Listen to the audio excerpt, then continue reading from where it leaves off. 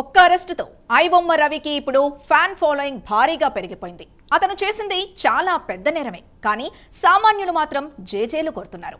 గ్రూపులుగా మారి పెద్ద ఎత్తున సపోర్ట్ చేస్తున్నారు. రవి అరెస్టును ఖండిస్తూ సోషల్ మీడియాలో మద్దతు తెలుపుతున్నారు. ఐబొమ్మ పోరాట సమితి, అమీర్పేట్ కుర్రాళ్లు, రవి ఫ్యాన్ క్లబ్ పేర్లతో గ్రూపులు ఏర్పడ్డాయి.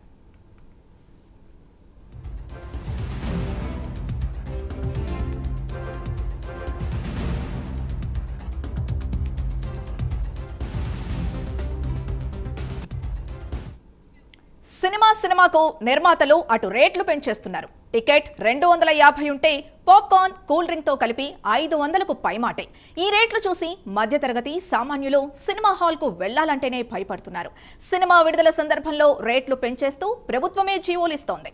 ఇంకా చేసేదేం లేక సామాన్య ప్రజలు సినిమా మోఖం చూసేందుకు జంకుతున్నారు. అలా పేదవాడికి దూరమైన సినిమాను విడుదలైన కొన్ని గంటల్లోనే రవి ఉచితంగా అందించాడు. అది తప్పెలా అవుతుంది అని మిడిల్ క్లాస్ యువత పరిస్థితి ఏంటి అని పెద్ద ఎత్తున కమెంట్లు కనిపిస్తున్నాయి.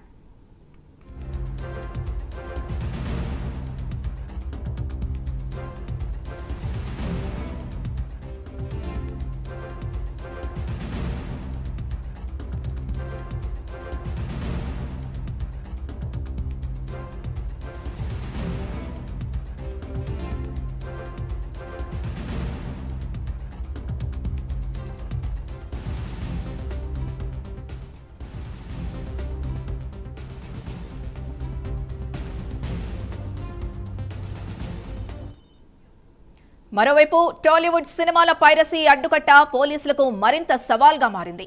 ఇమ్మడి రవి అరెస్టు తర్వాత మరిన్ని కొత్త పైరసీ వెబ్సైట్లు పుట్టుకొస్తున్నాయి. విడుదలైన మరుసటి రోజే కొత్త సినిమాలు పైరసీ వెబ్సైట్లో దర్శనమిస్తున్నాయి. 2 రోజుల కిందట ప్రేమంటే, 12A రైల్వే కాలనీ, రాజు వెడ్స్ రాంబాయి సినిమాలు విడుదలయ్యాయి. ఆ సినిమాలే ఇప్పుడు పైరసీ వెబ్సైట్లో కనిపిస్తున్నాయి.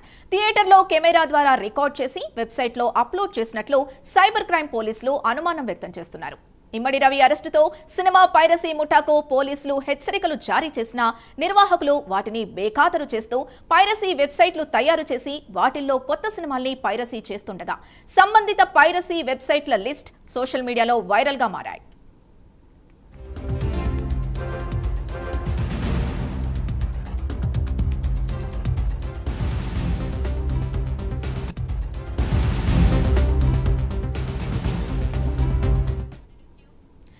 ఇమ్మడి రవి టీంలో వ్యక్తులే కొత్త సినిమాల్ని పైరసీ చేస్తున్నారన్న సైబర్ క్రైమ్ పోలీసుల దర్యాప్తు చేస్తున్నారు.